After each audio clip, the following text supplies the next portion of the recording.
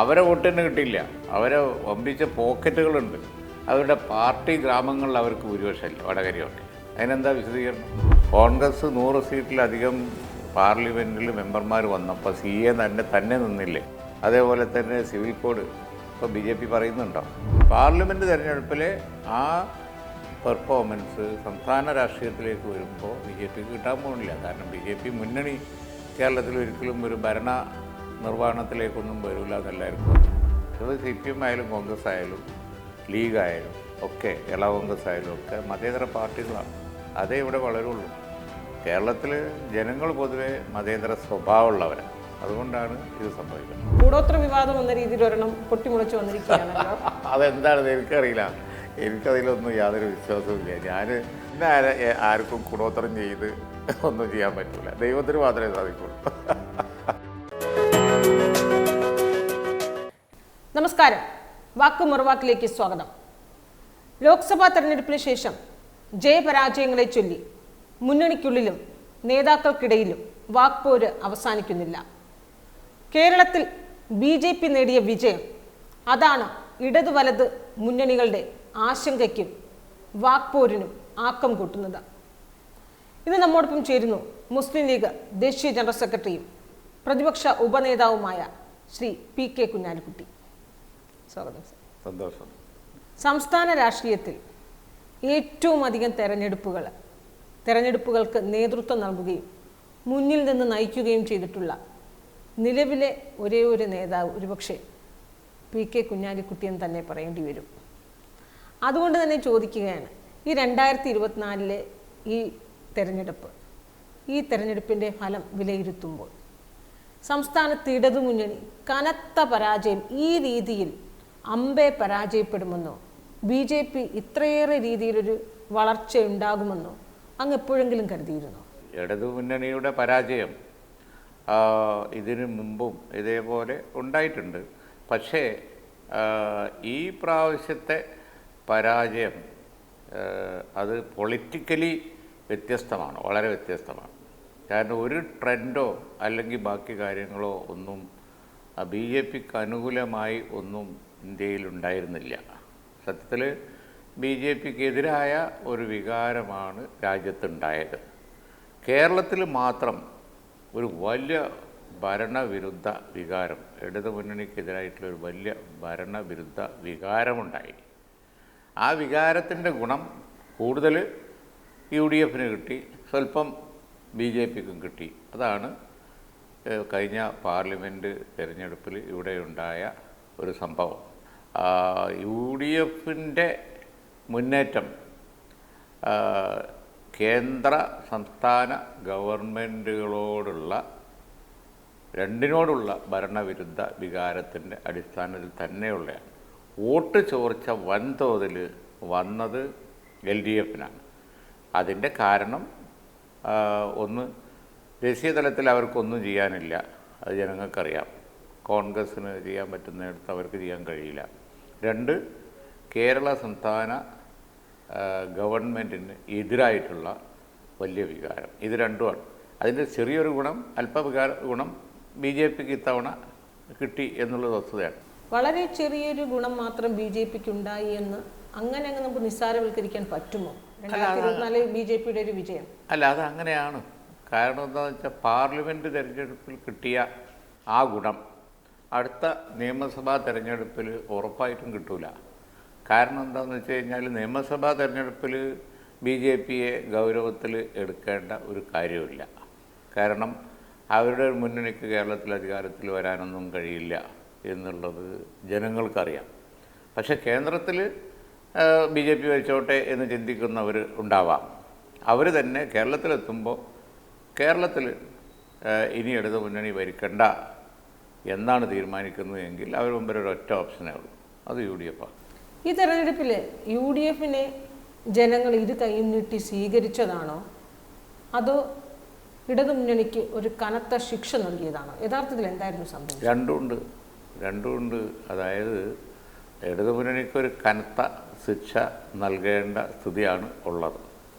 അത് തർക്കമില്ലാത്ത കാര്യമാണല്ലോ. ജനങ്ങൾ അതിനു മാത്രം ഇപ്പോൾ ഈ ഗവൺമെൻറ്റിന് എതിരാണ്, ഒരളവോളം വെറുക്കുന്നു. അതാണ് സ്ഥിതി ഈ ഗവൺമെൻറ്റിനെ. ആ സാഹചര്യത്തിൽ UDF രണ്ട് കൈ നീട്ടി സ്വീകരിക്കാനാണ് അവരിഷ്ടപ്പെടുക. കാരണം താരതമ്യപ്പെടുത്തുമ്പോൾ പിന്നെ ദി ബെസ്റ്റ് ഓപ്ഷൻ എന്ന് പറയുന്നത് UDF തന്നെയാണ്. അതുകൊണ്ടാണ് UDF അവർ രണ്ട് കൈ നീട്ടി സ്വീകരിച്ചത്. തെരഞ്ഞെടുപ്പ് ഫലമൊക്കെ വന്നതിന് ശേഷം മുസ്ലിം ലീഗ് വല്ലാണ്ടങ്ങ് പ്രതിക്കൂട്ടി നിൽക്കുന്നൊരു സാഹചര്യമാണ്. ഇടതു നേതാക്കൾ, പ്രത്യേകിച്ച് മുഖ്യമന്ത്രി അടക്കം പറഞ്ഞത് ലീഗിൻ്റെ മുഖം നഷ്ടപ്പെട്ടു, SDPയുടെയും ജമാഅത്തയുടെയും ഒക്കെ മുഖമായി മാറി എന്ന രീതിയിലാണ്. എന്തുകൊണ്ടാകും ലീഗിനെ ആ രീതിയിലൊരു ആക്രമണപരമായി ലീഗിനെ ആക്രമിക്കുന്നതിനൊരു കാരണം എന്തുകൊണ്ടായിരിക്കും?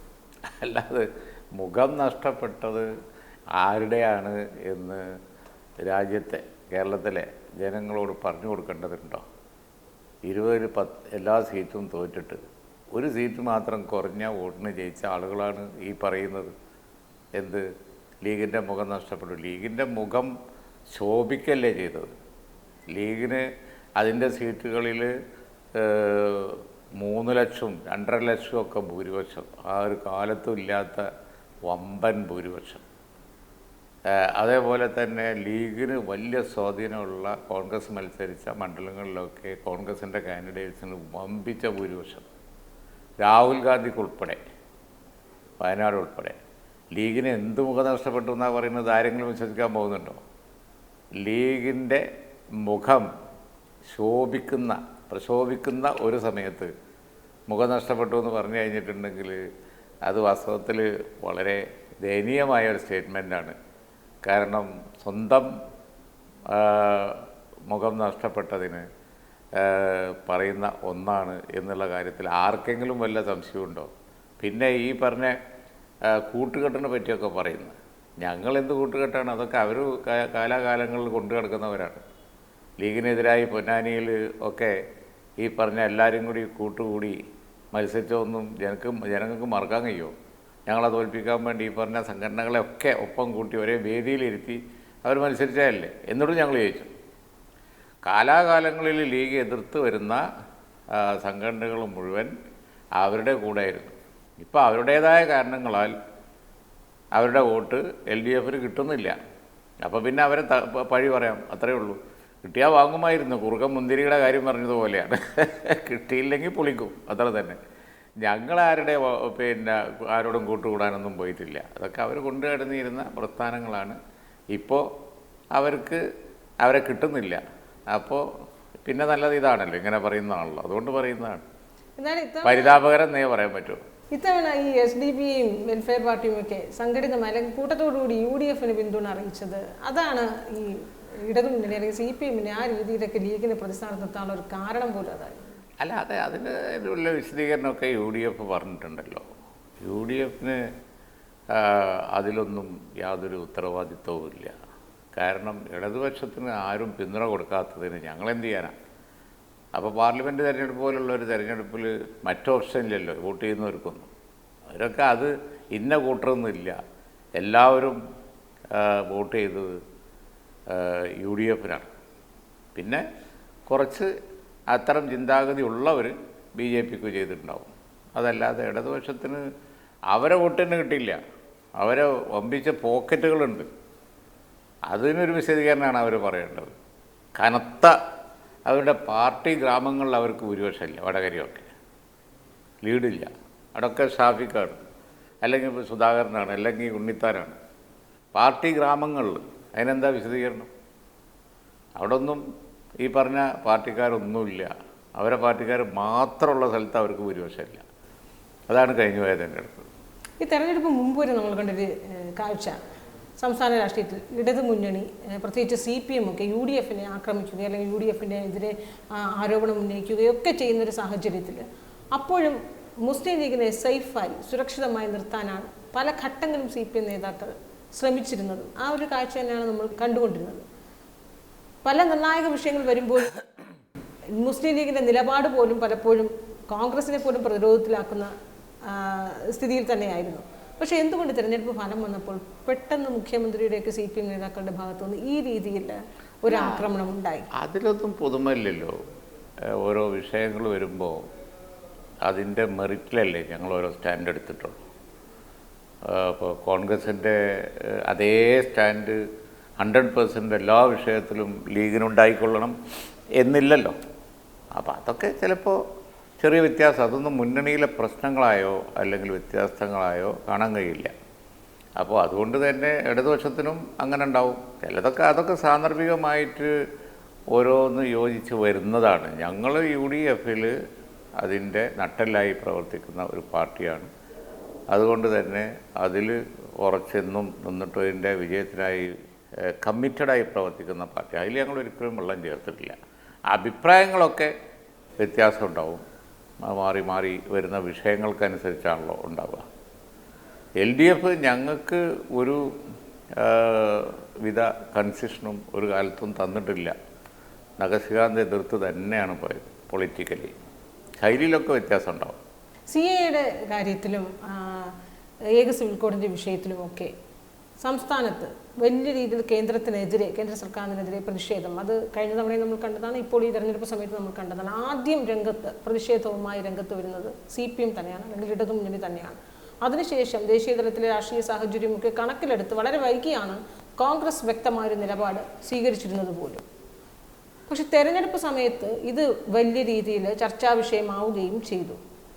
ആ സമയത്ത് ലീഗിനുള്ളിൽ ഏതെങ്കിലും രീതിയിൽ കോൺഗ്രസിനോട് ഒരു നിലപാടിൽ ഒരു വ്യത്യാസം ഉണ്ടാവുകയോ പിന്നീട് ആ രീതിയിൽ ഒരു ചർച്ചകൾ ഉണ്ടാവുകയോ ചെയ്തിരുന്നു?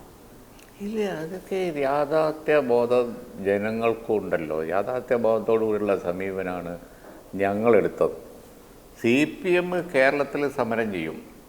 അതുകൊണ്ട് അഖിലേന്ത്യാ തലത്തിൽ CAക്കോ അല്ലെങ്കിൽ ഏക സിവിൽ കോഡിനോ എന്തെങ്കിലും തരത്തിൽ ഒരു തടസ്സം ഉണ്ടാക്കാൻ അവരെ കൊണ്ട് കഴിയുമോ? കഴിയില്ലല്ലോ. നേരെ മറിച്ച് കോൺഗ്രസിനെ കൊണ്ട് കഴിയും. ഇപ്പോൾ കണ്ടില്ലേ, കോൺഗ്രസ് ഇത്രയും സീറ്റിൽ ജയിച്ചപ്പോൾ കോൺഗ്രസ് 100 സീറ്റിലധികം പാർലമെൻറ്റിൽ മെമ്പർമാർ വന്നപ്പോൾ CA തന്നെ നിന്നില്ലേ? അതേപോലെ തന്നെ സിവിൽ കോഡ് ഇപ്പോൾ BJP പറയുന്നുണ്ടോ? പറയുന്നില്ലല്ലോ. ഇപ്പോഴത്തെ സ്ഥിതിയിൽ അതൊക്കെ പാസ്സാക്കിയെടുക്കുക എന്നുള്ളത് മോഡി ഗവൺമെൻറ്റിന് വളരെ ശ്രമകരമായി. എന്തുകൊണ്ടാണ്? കോൺഗ്രസ് കൂടുതൽ സീറ്റ് ജയിച്ചതുകൊണ്ടാണ്.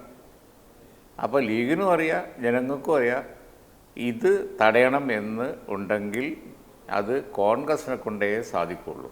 ഇവർ കേരളത്തിൽ കിടന്ന് സമരം ചെയ്യുമെന്നല്ലാതെ ഡൽഹിയിലൊന്നും ഇവരെ കൊണ്ട് ചെയ്യാൻ കഴിയില്ല. അതിനുള്ള ശക്തി അവർക്കില്ല എന്ന് ആർക്കും അറിഞ്ഞുകൂടാത്തത്. അത് അവർക്കും കൃത്യമായി അറിയാം. പക്ഷെ അവർ ഈ സമരത്തിനൊക്കെ രംഗത്തിറങ്ങുന്നത് പോലും ദേശീയ തലത്തിലൊരു മാറ്റം ഉണ്ടാകണമെന്ന് ആഗ്രഹിച്ചിട്ടല്ല. അവർ ലക്ഷ്യമിടുന്നത് സംസ്ഥാനത്ത് ന്യൂനപക്ഷങ്ങളുടെ അല്ലെങ്കിൽ ഈ ഒരു വിഭാഗത്തിൻ്റെ പിന്തുണ, അതായത് ന്യൂനപക്ഷങ്ങളുടെ സംരക്ഷകരാകാൻ കോൺഗ്രസിനേക്കാൾ CPM മാത്രമേ സാധ്യമാകൂ എന്നുള്ളൊരു സന്ദേശമാണ് അവർ നൽകാൻ ശ്രമിക്കുന്നത്. അവിടെ ആ ഒരു സന്ദേശം നൽകുന്നത് കോൺഗ്രസിനെക്കാളും എല്ലാ സമയത്തും CPM തന്നെയല്ലേ വിജയിക്കുന്നവരെ മുന്നിട്ട് നിൽക്കുന്നത്. അല്ല, അതാണ് ഇപ്പം നേരത്തെ നമ്മൾ പറഞ്ഞതുപോലെ അവരിപ്പോൾ CA വിഷയത്തിൽ എല്ലാവരും യോജിച്ചു നിന്നല്ലോ. കോൺഗ്രസും CPM ലീഗും ഒക്കെ യോജിച്ചു നിന്നല്ലോ. BJPയുടെ ആ നയത്തിനെതിരായിട്ട് കേരളത്തിലും യോജിച്ചു നിന്നു, അഖിലേന്ത്യാ തലത്തിലും യോജിച്ചു നിന്നു. അതാണ് ഞാൻ നേരത്തെ പറഞ്ഞത്.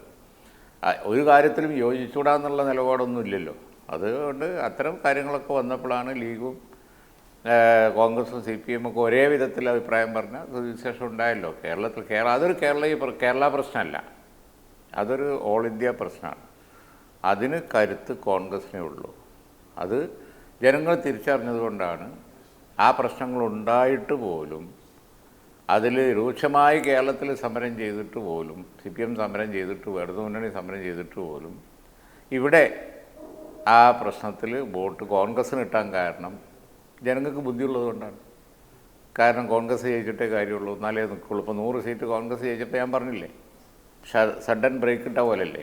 2024 നേടിയ ഈ ഒരു വലിയൊരു ആത്മവിശ്വാസം, അതായത് 18 സീറ്റും നേടിയതിൻ്റെ ഒരു ധൈര്യവും ഊർജവും കരുത്തും കൊണ്ട് ഇനി 2 വർഷക്കാലം 2026 നേരിടുമ്പോൾ ലോക്സഭാ തെരഞ്ഞെടുപ്പിൻ്റെ പാറ്റേൺ അല്ല സംസ്ഥാന നിയമസഭാ തെരഞ്ഞെടുപ്പ്.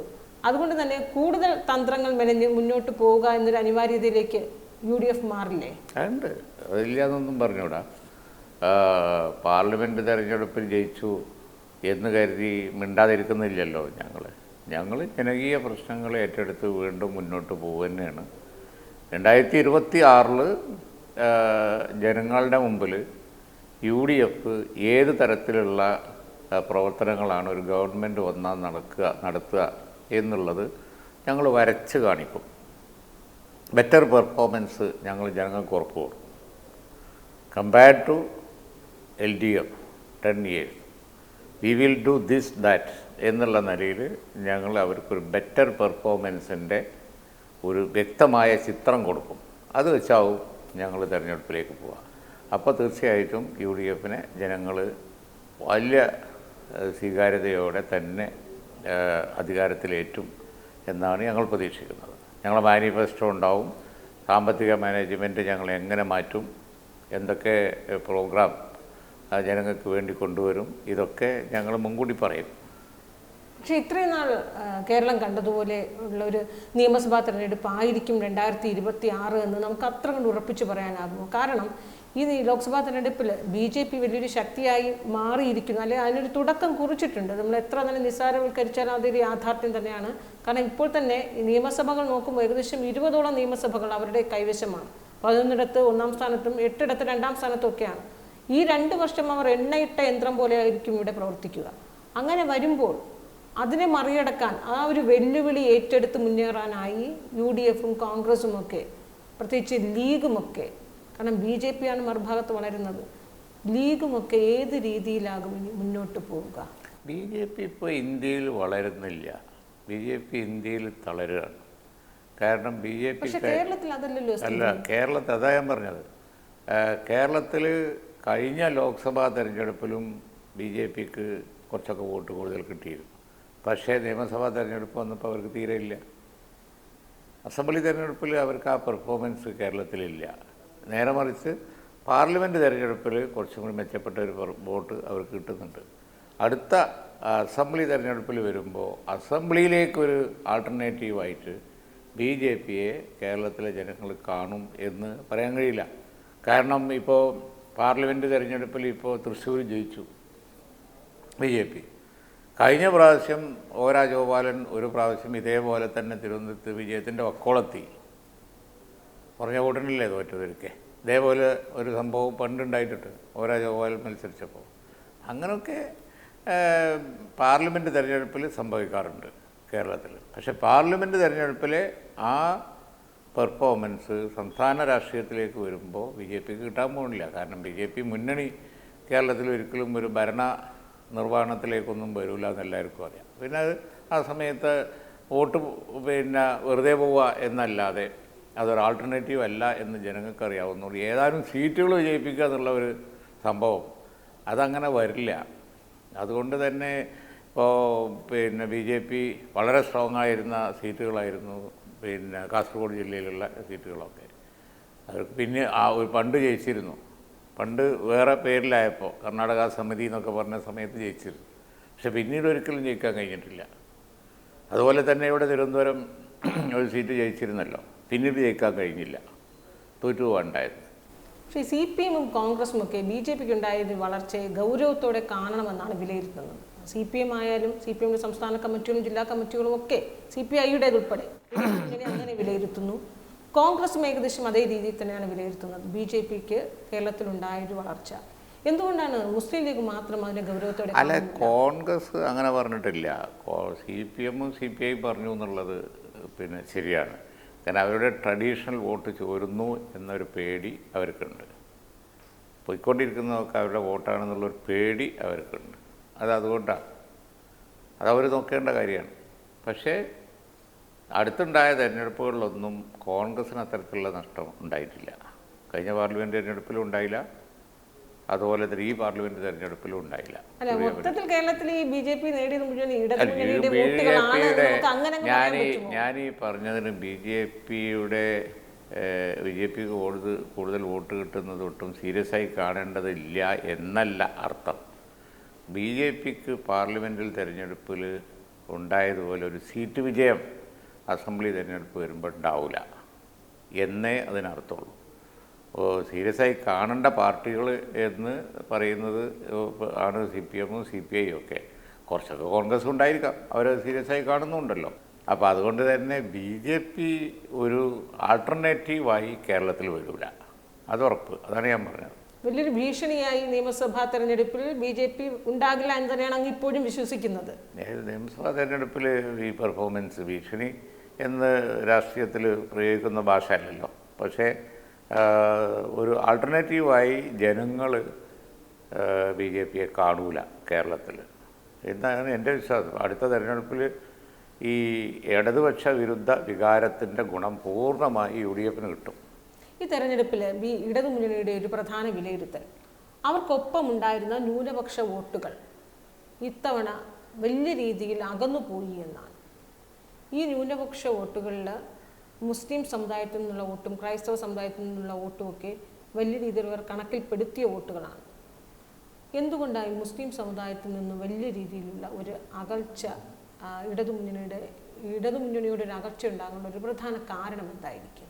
അല്ല, ഇങ്ങനെ ഈ വോട്ടർമാരെ സമുദായം തിരിച്ച് കണക്കുകൂട്ടിയിട്ട് കാര്യമില്ല.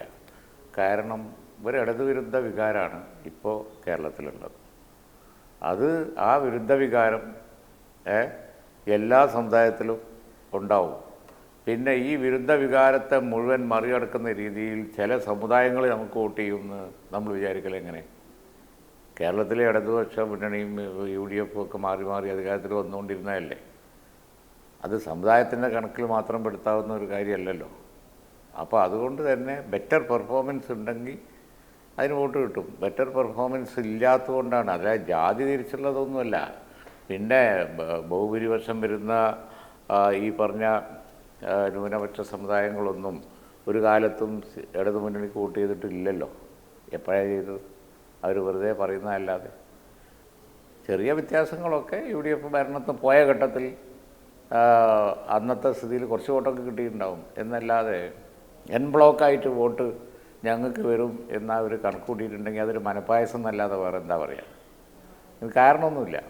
ഈ തെരഞ്ഞെടുപ്പ് കഴിഞ്ഞപ്പോൾ ഈ സാമുദായിക നേതൃത്വമൊക്കെ ഇടതുമുന്നണിയെ വലിയ രീതിയിൽ ആക്രമിക്കുന്നുണ്ടല്ലോ. വെള്ളാപ്പള്ളി നടേശൻ ഇടതുമുന്നണിക്കെതിരെ CPM-നെതിരെ വരുന്നു, സർക്കാരിനെതിരെ വരുന്നു, സമസ്ത മുഖപത്രം എഴുതുന്നു, മുഖപ്രസംഗം എഴുതുന്നു. സമസ്ത അങ്ങനെ നിലപാട് സ്വീകരിച്ചിട്ടില്ല എന്നുള്ളത് അവർ തെരഞ്ഞെടുപ്പിന് മുമ്പും പിമ്പും പറഞ്ഞിട്ടുണ്ട്. പക്ഷേ എന്തുകൊണ്ടാകും പിന്നെ പത്രത്തിന് അതിൻ്റേതായ ചില നിലപാടുകളും കാര്യങ്ങളൊക്കെ ഉണ്ടാവുമല്ലോ. പത്രം നടത്തുന്നത് വേറൊരു ഗ്രൂപ്പാണ്. അവർക്ക് പിന്നെ സമസ്ത എന്ന സംഘടന അത് എല്ലാവരും ഉള്ളതാണ്, അംഗന്മാരും എല്ലാവരും ഉള്ളതാണ്. അത് അങ്ങനെ ഒരു നിലപാട് എടുത്തിട്ടില്ല. അവർ തെരഞ്ഞെടുപ്പിന് മുമ്പും പിമ്പും പറഞ്ഞിട്ടുണ്ട്, ഇപ്പോഴും പറഞ്ഞുകൊണ്ടിരിക്കുന്നുണ്ട്. അത് മീഡിയയിലൊക്കെ മീഡിയ ആയിട്ട് ഒരു ധാരണ അങ്ങനെ പരത്തിയതാണ്. പിന്നെ മറ്റു സംഘടനകൾ ശരിയാണ്, മറ്റു സംഘടനകൾ അവർ ആദ്യം അനുകൂലിച്ച് പറഞ്ഞവരും പിന്നെ എതിർത്ത് പറയുന്നുണ്ടാവാം. ഗവൺമെൻറ്റിൻ്റെ കുഴപ്പം പൂർണ്ണമായിട്ട് ജനങ്ങൾക്ക് മനസ്സിലാകുക റിസൾട്ട് വരുമ്പോഴാണല്ലോ. അതുകൊണ്ട് ഒരുപാട് ആളുകൾ റിസൾട്ട് വന്നതിന് ശേഷം ഇപ്പോൾ ഗവൺമെൻറ്റിന് കൂടുതൽ എതിരായിട്ടുണ്ട്. അത് ശരിയാണ്. ഈ BDJS-ന്റെ രൂപീകരണത്തിൻ്റെ ലക്ഷ്യം എന്തായിരുന്നു? അത് ഈ 10 വർഷങ്ങൾക്കിപ്പുറം അവർക്ക് SNDP-യിലൂടെ സാധിച്ചു എന്നാണ് പറയുന്നത്. ഇതിനൊക്കെ വെള്ളാപ്പള്ളിയും തുഷാർ വെള്ളാപ്പള്ളിയും ഒക്കെ പ്രതിസ്ഥാനത്താണ് CPM കാണുന്നത്. അത് അവർ തന്നെ വിലയിരുത്തി പറയട്ടെ. ഞാൻ ലീഗ് അതിൽ കക്ഷി ചേരാൻ പോയിട്ടില്ല. ഞങ്ങളതിൽ കക്ഷി ചേരാൻ പോകണ്ട എന്നാണ് തീരുമാനിച്ചത്. അതും എക്സ്പ്ലോയിറ്റ് ചെയ്യും. അതാണ് കുഴപ്പം. കാരണം എന്ത് കിട്ടിയാലും അതൊക്കെ വക്രീകരിച്ച് വിഭാഗീയത വളർത്താൻ ശ്രമിക്കുന്ന കക്ഷികൾ, ആളുകൾ, ഞങ്ങളൊക്കെ ആയിട്ട് നല്ല റിലേഷനുള്ളവർ വരെ അത് പിന്നെ നമ്മളൊക്കെ തെറ്റിക്കാൻ വേണ്ടി നോക്കും. അതുകൊണ്ട് തന്നെ ഞങ്ങൾ വളരെ കരുതി ഈ കാര്യങ്ങളിൽ അഭിപ്രായം പറഞ്ഞിട്ടുള്ളൂ. ഇടതുമുന്നണിയാണ് നവോത്ഥാന പ്രസ്ഥാനം ബാക്കി കാര്യങ്ങളൊക്കെ ആയിട്ട് നടക്കുന്നത്. അവർ യഥാർത്ഥത്തിൽ ഇവിടെ നവോത്ഥാനം നടത്തുകയാണോ അതോ യഥാർത്ഥത്തിൽ അവർ BJP-യെ ശക്തിപ്പെടുത്താനുള്ള കാരണങ്ങളായി മാറുകയാണോ ഇതൊക്കെയെന്ന് വിലയിരുത്തേണ്ടത് അവരാണ്, ഞങ്ങളല്ല. അത് ചിന്തിക്കട്ടെ. വൈകിയാണെങ്കിൽ അവർക്ക് വിവേകം ഉദിക്കുന്നുണ്ട് എന്ന് നമുക്ക് പറയാം. അതെ, ഞാൻ ആ കാര്യത്തെക്കുറിച്ച് ഞാൻ അഭിപ്രായം പറഞ്ഞിട്ടില്ല. ഞാൻ ഇതുവരെ പറഞ്ഞിട്ടില്ല. അതല്ല, ഞാൻ എല്ലാ കാര്യങ്ങളിലും അവരുടെ പ്രവർത്തനങ്ങൾ കൊണ്ട് BJP-ക്ക് ഗുണം കിട്ടുന്നുണ്ട് എങ്കിൽ അത് അവർ വിലയിരുത്തി തിരുത്തേണ്ടതാണ്. അത്രേ പറഞ്ഞുള്ളൂ. മറ്റതിനെക്കുറിച്ച് അങ്ങനെ അഭിപ്രായം പറയുന്നില്ല. സംഘപരിവാറിനെ നേരിടാനുള്ള കരുത്തും ശക്തിയും കോൺഗ്രസിനെ അപേക്ഷിച്ച് കേരളത്തിൽ CPM-ന് മാത്രമേ ഉള്ളൂ എന്ന രീതിയിൽ ഒരു ബോധ്യമാണല്ലോ കേരളീയർക്ക്. അല്ല, അതൊന്നും ശരിയല്ല. കാരണം കേരളത്തിൻ്റെ മനസാക്ഷിയും മനസ്സും ഒക്കെ മതേതരമാണ്. അതുകൊണ്ടാണ് ഇവിടെ ബി ജെ പിക്ക് പിന്നെ വലിയ നേട്ടങ്ങൾ ഉണ്ടാവാത്തത്. കേരളത്തിൻ്റെ മനസ്സ് മതേതര സ്വഭാവത്തിൽ നിന്ന് മാറുമ്പോൾ ചർച്ച ചെയ്യേണ്ട കാര്യങ്ങളാണ് ഇതൊക്കെ. ഇത് CPM ആയാലും കോൺഗ്രസ് ആയാലും ലീഗായാലും ഒക്കെ, കേരള കോൺഗ്രസ് ആയാലും ഒക്കെ മതേതര പാർട്ടികളാണ്. അതേ ഇവിടെ വളരുള്ളൂ. കേരളത്തിൽ ജനങ്ങൾ പൊതുവെ മതേതര സ്വഭാവമുള്ളവരാണ്. അതുകൊണ്ടാണ് ഇത് സംഭവിക്കുന്നത്. അല്ലാതെ ഏതെങ്കിലും പ്രത്യേക ഒരു പാർട്ടിയെ കൊണ്ടൊന്നുമല്ല. നോർത്ത് UP-യിൽ BJP വളരുന്നവർ കേരളത്തിൽ വളരും. അതുപോലെ ഉത്തരേന്ത്യയിൽ വളരുന്ന പോലെ തമിഴ്നാട്ടിൽ വളരുമോ? അതില്ല. പാർലമെൻറ്റ് തിരഞ്ഞെടുപ്പൊക്കെ വരുമ്പോൾ പല കാരണങ്ങളാൽ ചെറിയ വ്യത്യാസമൊക്കെ വന്നാലും തമിഴ്നാട്, കേരളം ഇതൊക്കെ ട്രഡീഷണലായിട്ടും മതേതര സ്വഭാവമുള്ള സംസ്ഥാനങ്ങളാണ്. അവിടെ BJP തമിഴ്നാട്ടിൽ 2 മുന്നണികളും BJP ബന്ധം വേണ്ടെന്ന് വെച്ചത് അവർക്ക് വോട്ട് ചോരും. അവിടെ DMK-യും AIDMK-യും BJP ബന്ധം ഞങ്ങൾക്കില്ല എന്ന് പ്രഖ്യാപിക്കേണ്ടി വന്നു. കാരണം എന്താ? ഉണ്ടെന്ന് പറഞ്ഞാൽ അവരെ വോട്ട് പോകും. അതാണ് തമിഴ്നാടിൻ്റെ അവിടെ ദ്രവിഡിയൻ ബാക്ക്വേഡ് ആ ഒരു കൾച്ചറാണ്. അതുപോലെ തന്നെ കേരളത്തിലും ഒരു തീവ്ര ഹിന്ദുത്വ സമീപനം വിലപ്പോവില്ല. അത് മറ്റുള്ളവരുടെ മോശം കൊണ്ട് കുറച്ചൊക്കെ വോട്ടൊക്കെ കിട്ടും എന്നല്ലാതെ സ്ഥിരമായി ഒരു വർഗീയ മനസ്സ് കേരളത്തിനില്ല. മതേതര രീതിയാണ് ഇവിടെ ഉള്ളത്. അപ്പോൾ ദക്ഷിണേന്ത്യയിൽ ഒരു കാലത്തും BJP അടിത്തറ പാകില്ല എന്ന് തന്നെയാണ്. പ്രയാസമാണ്. BJPക്ക് ഈ നല്ല കാലമൊക്കെ കഴിഞ്ഞു പോയിട്ടും ആന്ധ്രയിലും അതുപോലെ തെലങ്കാനയിലും അതിൽ ഈവൻ കർണാടകയിലും സ്ഥിരമായി, തമിഴ്നാട്ടിലും കേരളത്തിലും ഒന്നും പറ്റിയില്ലല്ലോ. അതുകൊണ്ട് ഈ സംസ്ഥാനങ്ങളിലൊക്കെ പ്രയാസമാണ് BJPക്ക്. വളരെ വളരെ ചുരുങ്ങിയ വളർച്ചയൊക്കെ ഉണ്ടാവുമെന്നല്ലാതെ ആ വളർച്ച ഫലവത്താവില്ല. കാരണം ഈ സംസ്ഥാനങ്ങളൊക്കെ നല്ല ശതമാനം മതേതര സ്വഭാവമുള്ള സംസ്ഥാനങ്ങളാണ്. ഉത്തരേന്ത്യക്ക് വേറെ രീതിയാണ്. സൗത്ത് ഇന്ത്യയിൽ കൂടുതൽ മതേതര സ്വഭാവമുള്ള രീതിയാണ്. കോൺഗ്രസ് പൊതുവെ കൊണ്ടു നടക്കുന്ന ഒരു മൃദു ഹിന്ദുത്വ സ്വഭാവം അല്ലെങ്കിൽ ആ ഒരു രീതിയും ശൈലിയുമാണ് പല ഘട്ടങ്ങളിലുമൊക്കെ അവർക്ക് തിരിച്ചടി നേടേണ്ടി വരുന്നത് എന്നാണല്ലോ പൊതുവെ ഒരു വിലയിരുത്തലുണ്ടാകുന്നത്. അതൊക്കെ വെറുതെ പറയുന്നതാണ്. അതൊക്കെ അവരെ എങ്ങനെയെങ്കിലും തോൽപ്പിക്കാൻ വേണ്ടി പറയുന്ന കാര്യങ്ങളാണ്. അവർ കോൺഗ്രസ് ഹൈന്ദവ, മുസ്ലിം, ക്രൈസ്തവ സമുദായങ്ങളൊക്കെ ഉൾക്കൊള്ളേണ്ട ഒരു പാർട്ടിയാണ്. സ്വാഭാവികമായി അവർക്ക് എല്ലാ സമുദായങ്ങളുടെയും വിഷയങ്ങൾ വരുമ്പോൾ അല്പം കരുതലോടെ പ്രതികരിക്കേണ്ടി വരും. അപ്പോൾ അത് മൃദു ഹിന്ദുത്വമാണ് എന്ന് പറയുന്നത് എന്താ വെച്ചാൽ അവരെ തോൽപ്പിക്കാൻ വേണ്ടി പറയുന്നത്, BJPയെ ജയിപ്പിക്കാൻ വേണ്ടി പറയുന്നതാണ്. ആ കെണിയിൽ അവരിത്തവണ വീണില്ല. അതുകൊണ്ടാണ് അവർക്ക് സീറ്റ് കിട്ടിയത്. സീറ്റ് കിട്ടിയപ്പോഴാണ് ന്യൂനപക്ഷങ്ങൾക്ക് ഇവിടെ പ്രൊട്ടക്ഷൻ കിട്ടിയത്. അപ്പോൾ നേരെ മറിച്ച് കോൺഗ്രസ് മൃദു ഹിന്ദുത്വമാണെന്ന് പറഞ്ഞാൽ അതിന് ഗുണം കിട്ടുക BJPക്കാണ്. അല്ലാതെ ഇവരാരെങ്കിലും അവിടെ ഉണ്ടോ? ആ ഗ്യാപ്പ് ഫില്ല് ചെയ്യാൻ അവിടെ CPM ഉണ്ടോ? ആ ഗ്യാപ്പ് ഫില്ല് ചെയ്യാൻ അവിടെ ഈ പറയുന്നവരാരെങ്കിലും ഉണ്ടോ? ഉള്ളതാണെങ്കിൽ നമുക്ക് വക വെച്ച് കൊടുക്കുക. ഇല്ലല്ലോ. ഇടതുപക്ഷ എത്ര മെമ്പർമാരുണ്ടായിരുന്നു പാർലമെൻറ്റിൽ? അവർ ഉപ്പ് വെച്ച കലം പോലെ ആയില്ല, അവരില്ലാതായി. അവരുണ്ടായിരുന്ന എല്ലാ സ്റ്റേറ്റുകളും പോയി. അതിലുണ്ടായിരുന്നു. ഞങ്ങൾ ഇപ്പോഴും നിലനിൽക്കുന്നതിൻ്റെ കാരണം എന്താണെന്ന് വെച്ച് കഴിഞ്ഞാൽ ഞങ്ങൾ യാഥാർത്ഥ്യബോധത്തോടു കൂടിയുള്ള സമീപനം എടുക്കും. അതുകൊണ്ടാണ് ഈ യാഥാർത്ഥ്യബോധത്തോടുള്ള സമീപനം, അതായത് ദേശീയ തലത്തിൽ കോൺഗ്രസിനൊപ്പം നിലനിന്നാൽ മാത്രമേ മുസ്ലിം ലീഗിന് അല്ലെങ്കിൽ മുസ്ലിം സമുദായത്തിന് നിലനിൽപ്പുള്ളൂ എന്ന ചിന്ത അല്ലെങ്കിൽ ആ ഒരു യാഥാർത്ഥ്യബോധമാണോ? പലപ്പോഴും കേരളത്തിൽ പല ഘട്ടങ്ങളിൽ പോലും മുസ്ലിം ലീഗിൻ്റെ മുന്നണി മാറ്റം അല്ലെങ്കിൽ മുസ്ലിം ലീഗ് ഇടതിലേക്ക് ചായുന്നു, ഇടതിലേക്ക് അടുക്കുന്നു, ഒരു പ്രീണന സ്വഭാവം CPM ലീഗിനോട് കാട്ടുന്നു എന്ന രീതിയിലുള്ള അഭ്യൂഹങ്ങളും ചർച്ചകളും ഒക്കെ നടക്കുമ്പോൾ അതിലൊന്നും പെടാതെ തളരാതെ കൃത്യമായ നിലപാടെടുക്കാൻ ലീഗിനെ ആ നിലപാടിൽ ഊന്നി നിൽക്കാനായി ലീഗിനെ പ്രേരിപ്പിക്കുന്നത് ഈ ഒരു യാഥാർത്ഥ്യബോധം തന്നെയാണ്. യാഥാർത്ഥ്യങ്ങൾ തിരിച്ചറിഞ്ഞ് നമ്മൾ മുന്നോട്ട് പോവുകയാണെന്നുണ്ടെങ്കിൽ ഇപ്പോൾ കോൺഗ്രസ് മാത്രമാണെന്ന് ഞങ്ങൾ പറയും, മതേതര കക്ഷികളെല്ലാം ഉണ്ടല്ലോ അഖിലേന്ത്യാ തലത്തിൽ വരുമ്പോൾ അവരൊക്കെ ഒന്നിച്ചില്ലേ? ഇപ്പോൾ ഇന്ത്യ മുന്നണിയായി മാറിയില്ലേ? പിന്നെ കേരളത്തിൽ വരുമ്പോൾ ദേശീയ ചിത്രത്തിന് അല്പം വ്യത്യാസമുണ്ട്. അവിടെ ഞങ്ങൾ എടുക്കുന്ന സമീപനം എന്ന് പറയുന്നത് കോൺഗ്രസിന് കൂടുതൽ മെമ്പർമാരെ കിട്ടണം എന്നുള്ളതാണ് പാർലമെൻറ്റിൽ. അതാണെന്ന് ശരി ഇപ്പോൾ വന്നില്ലേ? പക്ഷേ ലീഗിൻ്റെ ദേശീയ നേതാക്കൾ ഇപ്പോൾ അങ്ങേപ്പോൾ ഏറ്റവും മുതിർന്ന തലപ്പൊക്കമുള്ള ലീഗിലെ നേതാക്കളൊക്കെ എടുക്കുന്ന അതേ നിലപാടിനോട് യോജിക്കാൻ കുറഞ്ഞപക്ഷം യൂത്ത് ലീഗിൻ്റെയെങ്കിലും അല്ലെങ്കിൽ യുവതലമുറയിലെ നേതാക്കൾക്ക് എത്രത്തോളം ലീഗിലെ അണികൾക്ക് സാധിക്കുന്നു എന്നുള്ളതാണ്. അണികളൊക്കെ വളരെ സ്ട്രോങ് ആയിട്ടില്ല ഇത്തവണ പ്രവർത്തിച്ചത്. വടകരയിലൊക്കെ ഞങ്ങളുടെ യുവജനങ്ങളൊക്കെ തിളച്ചു മറിയായിരുന്നില്ലേ. ഞങ്ങൾ കോൺഗ്രസിനെ വിജയിപ്പിക്കാൻ, UDFനെ വിജയിപ്പിക്കാൻ വളരെ സ്ട്രോങ് ആയി പ്രവർത്തിച്ചില്ലേ. ഒരു എണ്ണയിട്ട യന്ത്രം പോലെയാണ് ഞങ്ങൾ പ്രവർത്തിച്ചത്. അതിലൊന്നും ഒരു കുറവും ഒരു കാലത്തും വരില്ല. ഇനി അസംബ്ലി തെരഞ്ഞെടുപ്പിലും വരില്ല. അസംബ്ലി തെരഞ്ഞെടുപ്പിനായി ഈ രീതിയിൽ എണ്ണയിട്ട യന്ത്രം പോലെ പ്രവർത്തിക്കേണ്ടി വരുന്നു UDFനും കോൺഗ്രസിനും ലീഗിനും ഒക്കെ. അങ്ങനെ വരുമ്പോൾ ഒരു മുന്നണി വിപുലീകരിക്കുക എന്നത്, കാരണം അങ്ങ് തന്നെ പറഞ്ഞതുപോലെ ലോക്സഭാ തെരഞ്ഞെടുപ്പിൻ്റെ പാറ്റേൺ ഒരിക്കലും ആയിരിക്കില്ല സംസ്ഥാന തെരഞ്ഞെടുപ്പ്, നിയമസഭാ തെരഞ്ഞെടുപ്പ് വരുമ്പോൾ. അപ്പോൾ UDFൻ്റെ ഒരു മുന്നണി വിപുലീകരണത്തെക്കുറിച്ച് ഗൗരവത്തോടുകൂടി ചിന്തിക്കേണ്ടതല്ലേ?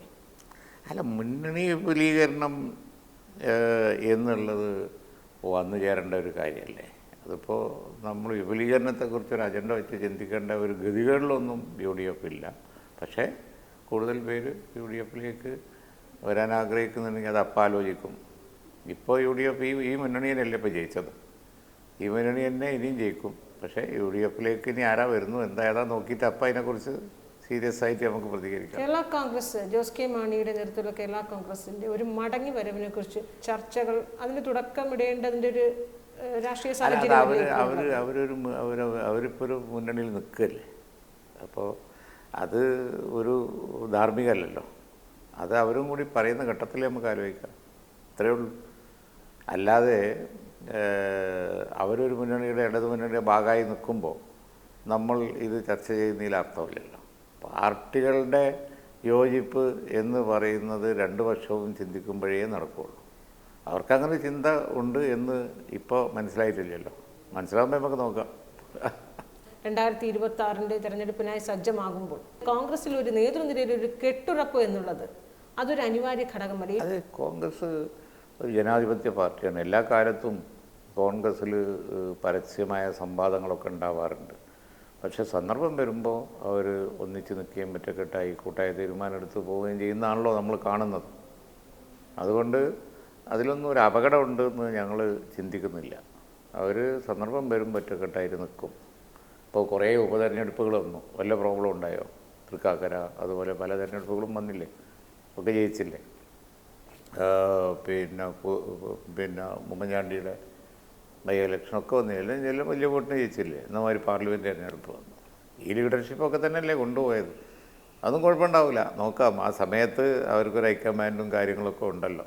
അപ്പോൾ കാര്യങ്ങളൊക്കെ ഒറ്റക്കെട്ടായി കൊണ്ടുപോകാൻ അവർക്ക് സാധിക്കും തന്നെയാണ് ഞങ്ങൾ കരുതുന്നത്.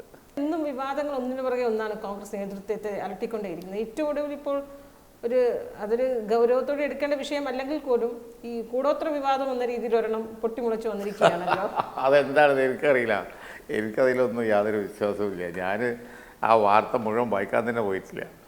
അത് നമ്മൾ ചർച്ച ചെയ്യേണ്ട വിഷയം അല്ലാന്നേ തോന്നലേ എനിക്കുണ്ടായിട്ടുള്ളൂ. കാരണം വെച്ചാൽ എനിക്കതിലൊന്നും വിശ്വാസമില്ല. അതുകൊണ്ട് തന്നെ ഞാനത് സീരിയസ് ആയിട്ട് എടുത്തിട്ടില്ല. ഒരു കാര്യം ഞാൻ ഉറപ്പിച്ച് പറഞ്ഞുതരാം, എന്നെ ആർക്കും കൂടോത്രം ചെയ്ത് ഒന്നും ചെയ്യാൻ പറ്റൂല. ദൈവത്തിന് മാത്രമേ സാധിക്കുള്ളൂ. അത് തന്നെയാണോ അന്ന് ഇത്രയും വർഷം, ഇത്രയും കാലം, പതിറ്റാണ്ടുകൾ കേരള രാഷ്ട്രീയത്തെ മുസ്ലിം ലീഗിനെ മുന്നിൽ നിന്ന്, പ്രത്യേകിച്ച് UDFിലേക്ക് മുന്നിൽ നിന്ന് നയിക്കാനുള്ള ഒരു കരുത്തും പ്രാപ്തി, ഈ ഒരു ആത്മവിശ്വാസം തന്നെ. അതുകൊണ്ട് എൻ്റെ നേരെ കൂടോത്രം ആരും പരീക്ഷിച്ച് നോക്കണ്ട. കാരണം എനിക്കതിൽ വിശ്വാസമില്ല. അതുകൊണ്ട് യേശൂല. എന്തായാലും ഇത്രയും സമയം വാക്കുമായി സഹകരിച്ചതിന് നന്ദി. Thank you.